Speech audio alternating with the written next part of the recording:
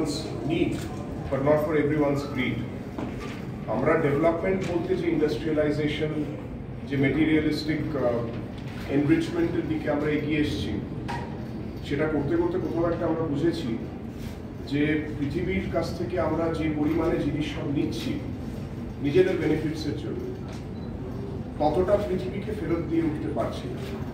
আর তার জন্য আজকে গ্লোবাল ওয়ার্মিং, ক্লাইমেট চেঞ্জের মতো বিষয় এসে গেছে। এটা পুরো entire human species as a whole, শুধু আমাদের নয়, এন্টায়ার যে যত প্রাণী আছে তাদের সবাইকে একটা সংকটের মুখে ফেলে দিয়েছে। এই পরিস্থিতিতে আজকাল নানা রকমের ভাবনা চিন্তা হচ্ছে যে কি করে এই পরিস্থিতিকে মোকাবিলা করা যায়। কিন্তু সত্যি কথা বলতে গেলে যা যা আমরা করছি, খবর কাগজ থেকে শুরু করে সব জায়গায় আমরা জানি যা করছি সেটার তুলনায় যা যা করার দরকার সেটা খুব কম করে যাচ্ছে। সেই পরিপ্রেক্ষিতে আজকে এই যে সচেতনতামূলক এটার উপর বেস করে এটা হয়েছে, সেটা হচ্ছে ইনফাইনাইট লাভ। আর এই ইনফাইনাইট মানে লিমিটলেস, এবং এই লিমিটলেস মানেই আমাদের প্রথমেই মনে পড়ে হচ্ছে মাদার আর্থ এবং মাদার নেচারের কথা। এবং এখানে যে প্রত্যেকটা যে জীব আছে তাদের যে অস্তিত্ব টিকে আছে এই মাদার আর্থের সাথে ভালোবেসে। সুতরাং এই কানেকশনস, এই কানেক্টিভিটি যেন আমরা কখনো হারিয়ে না ফেলি, তাহলে আমাদের অস্তিত্বই বিলীন হয়ে যাবে।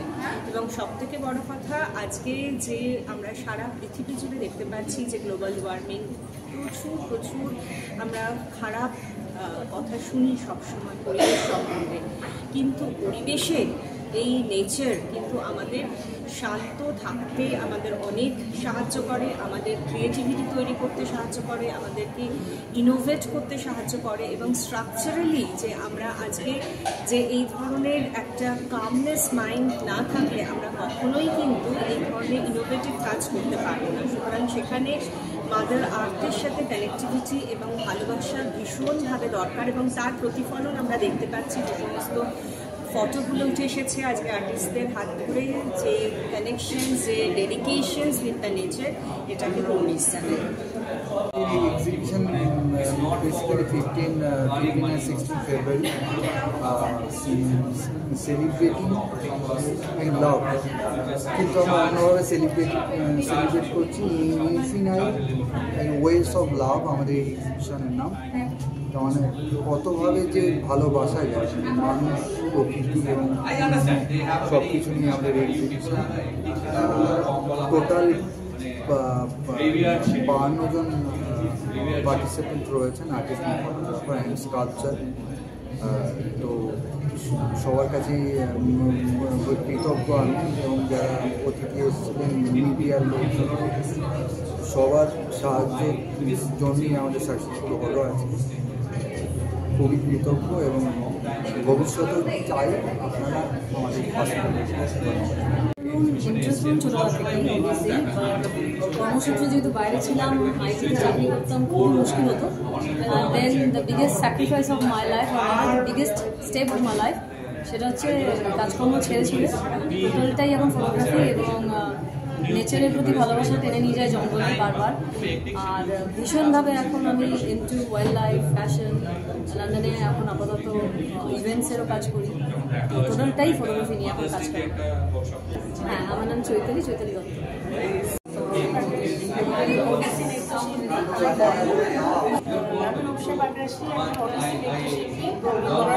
নৃত্যের সঙ্গে যুক্ত এবং সঞ্চালনার কাজ করে থাকি। আজকে আমি তবু অভিযানে এই এক্সিবিশনে সঞ্চালনার দায়িত্ব পেয়ে খুশি, এবং তাদের যে ভাবনা, যে পরিবেশ নিয়ে তারা যে এত সুন্দর একটা ভাবনা ভেবেছে, এটা দেখে এবং আমার এখানে এসে ভীষণ ভালো লাগলো যে আজকাল পরিবেশ নিয়ে ভাবনা হয়তো হচ্ছে অনেকেই, কিন্তু তাদের ভাবনার যে বহিঃপ্রকাশ সেটা দেখতে পাওয়া যায় না। তবু অভিমান যে সুন্দরভাবে বহিঃপ্রকাশ ঘটিয়েছে তাদের ভাবনার ছবির মাধ্যমে, চিত্র প্রদর্শনীর মাধ্যমে, এটা আমার এবং ধন্যবাদ তবু অভিমানকে। আর তবু অভিমানের প্রত্যেকটি সদস্যকে ধন্যবাদ, এবং তারা আরো ভবিষ্যতে আমি চাইবো যে এরকম ভাবনা নিয়ে কাজ করবো, তবেই পরিবেশ সম্বন্ধে আমরা সচেতন হতে পারবো। তাদের সুন্দর বার্তা পরিবেশকে তারা দিয়েছে এবং তারা প্রত্যেক বছরই দেয়। তো খুশি আলোচনা আপনারাও আসুন যুক্ত হন তবু অভিমানের সাথে। ধন্যবাদ। 2023 করলাম আর এটা 2024 এটা বসি করলাম, ওদের পানি মধ্যে আছে সবজি বসি করতে আর করে সেটা খালি শহরে এইটা আমার অনেকগুলো টেক নেওয়ার পরই এসেছে। এই ক্লিপে একটা জাপানিজ ক্লিপ 2024-এর আর্লি স্টেজ মানে লাইক জানুয়ারি। কতদিন ফটোগ্রাফি শিখছি ক্লাস 12-এর পর, লাইক এখন তো প্রায় 6 বছর স্টিল লার্নিং। আমার নাম সত্যদা দে আর আমিও মাস মিডিয়ারই স্টুডেন্ট আর ফটোগ্রাফিটা একটা হবি বা একটা খুব ভালোবাসি।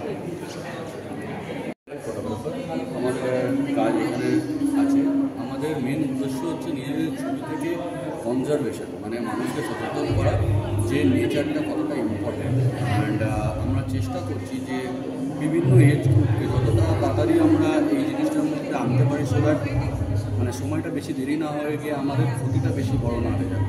হ্যাঁ, জঙ্গল কেটে দেওয়া কিংবা কংক্রিটের জঙ্গল বানিয়ে দেওয়া এটা কিন্তু মানে আমাদের প্রতিদিনত ক্ষতি হচ্ছে। এবং রোজ আমরা যেভাবে এক্সপিরিয়েন্স করছি যে গ্লোবাল ওয়ার্মিংটা যে আকারে বাড়ছে, আগামী দিনে ভবিষ্যৎ কিন্তু খুবই অন্ধকারের দিকে যাচ্ছে। তাই জন্য আমরা আমাদের ছবির মাধ্যম দিয়ে এটাই লোকজনকে আহ্বান জানাচ্ছি যে আপনারা আসুন, এগিয়ে আসুন। এটাই এখন সময় যে আমরা নিজেদেরকে ছেড়ে পশু প্রাণী এবং পৃথিবীর ব্যাপারটাও যেন ভাবি, এটাই আমাদের প্রচেষ্টা। প্রচণ্ড রায় কাজ তো আমি পেশায় টেলিকম ইঞ্জিনিয়ার। তো আমিও মানে আমার ছবির মাধ্যমে অনেক কিছু আর কি লোককে সচেতন করা এসব অনেক কিছুই কাজ করি। যেমন একটা এক্সাম্পল দিচ্ছি, এই ছবিটা স্পেশালি আমার নিজের গ্রামে জগন্নাথ মন্দিরের পেছনে একটা গাছের তলা, ঠিক আছে। তো আমাদের গ্রামে ম্যাক্সিমাম টাইমে ইললিগালভাবে প্রচুর গাছ কাটা হচ্ছে।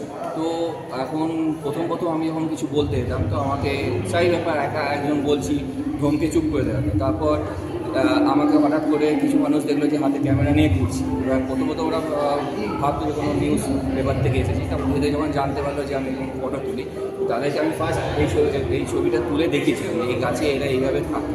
তো যাও এই গাছটাকে আমি তো বাঁচাতে পেরেছি, কিন্তু এই গাছের আশেপাশে সমস্ত গাছ পরিষ্কার করে দিচ্ছি।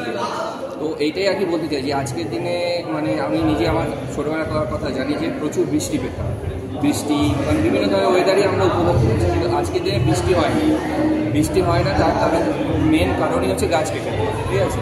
উন্নয়ন নামে যে গাছ কাটা, উন্নয়ন তো হবে কিন্তু কিছুটা গাছ অন্তত রেখে সেই উন্নয়নটা করাটা উচিত। কারণ এই গাছের উপরে অনেক কিছু ডিপেন্ডেন্ট হয়, শুধু বিভিন্ন পশু পাখি প্রাণী নয়, গাছ থেকে আমরা অনেক কিছু পাই, ঠিক আছে। গাছই অ্যাকচুয়ালি মানে আমাদের টেম্পারেচার বলুন বা ওয়েদারটাকে ব্যালেন্স করে, ঠিক আছে। তো এই নেচারের প্রতি মানুষ যত বেশি নিজের ভালোবাসা, যত বেশি মানে এই জিনিসগুলো বাড়াবে, তত আমরা দেখবেন যে আরও ফিউচার জেনারেশন যারা আসবে তারা ওইটাকে আরও ভালোভাবে উপভোগ করতে পারে।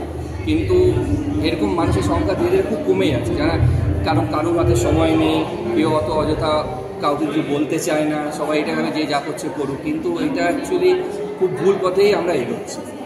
তো আমরা চেষ্টা চালিয়ে আছি, আমার যে বন্ধু সব বলতো যে আমরা দুজনেই একসাথে ম্যাক্সিমাম টাইমে ফটোগ্রাফি করতে বেরোই। তো আমরা যখনই যেখানে যাই আমরা হুট করে ক্যামেরা বার করে আগে কোনো ছবি তুলি, সেখানে মানুষের সাথে কথা বলি, তাদেরকে আমাদের ছবি দেখিয়ে জিজ্ঞেস করি যে এই জিনিসগুলো এখানে আছে কি না। তারা বলে তাদের মতো, তাদেরকে বোঝাতে হয় যে এই জিনিসগুলোকে যাতে অ্যাটাক না করে। যেমন আপনারা শুনে থাকবেন রিসেন্টলি বারুইপুরে যেটাকে আমরা বলি আপনার বন্য বেড়াল, ঠিক আছে। তো সেই বন্য বেড়াল তার বাচ্চা নিয়ে ওখানে ছিল, ঠিক আছে। আশেপাশে অনেক বড় বড় অ্যাপার্টমেন্ট, কিন্তু তার ভিতরেও কিছু ফটোগ্রাফার তাদেরকে ওখানে সুরক্ষিতভাবে রেখে তাদেরকে বড় করে তারা এখন তাদের নিজের ডেস্টিনেশনে আবার ফিরে চলে গেছে। তো এই নিয়ে প্রতিদিন কাজ করে আসছি, দেখি কতটা কী করতে পারি। এই ধরনের এক্সিবিশন আপনার রিসেন্টলি বিভিন্ন পেজ, আপনি গ্যালারি গোল্ড যেটা আছে আপনার রবীন্দ্র সরোবরে, তারপর আপনার ICCR, এইসব জায়গায় প্রায় প্রত্যেক মাসেই আপনার ফটোগ্রাফি কাম আর্ট এরকম এক্সিবিশন থাকে। আপনারা একটু মানে ফেসবুকের পেজগুলো ফলো করেন তো, বা মেবি সোশ্যাল নেটওয়ার্কগুলো ফলো করেন, তাই আপনারা ঠিক জানতে পারবেন প্রত্যেক মাসে কোথাও না কোথাও এক্সিবিশন চলছে। 2017 থেকে স্টার্ট করি, কলকাতাতে ফার্স্ট আর ফটোগ্রাফি স্কুলটা আছে, ওখান থেকেই মানে অ্যামেচার আর্টিস্ট হিসেবে শুরু করি। তো এখন এটা মোস্টলি প্যাশন। তো বিভিন্ন ইন্ডিয়ার বিভিন্ন প্রান্ত থেকে ওয়ার্ল্ডে ওইখানে একটা এই যেমন হচ্ছে ইন্দোনেশিয়ার ছবি, তো কোনোটা হচ্ছে রাজস্থান, কোনোটা ইয়েতে বিভিন্ন পার্টে তোলা ছবি ভালো লাগে। মেনলি আমি পিপল রিলেটেড ছবি তুলতে ভালোবাসি, কারণ পিপলের সাথে ইন্টারাকশনটা হয়, কানেকশনটা আমার ভালো হয়ে rather than wild life and landscape. তো মেনলি স্ট্রিট আর্টিস্ট। আপনার স্কুল?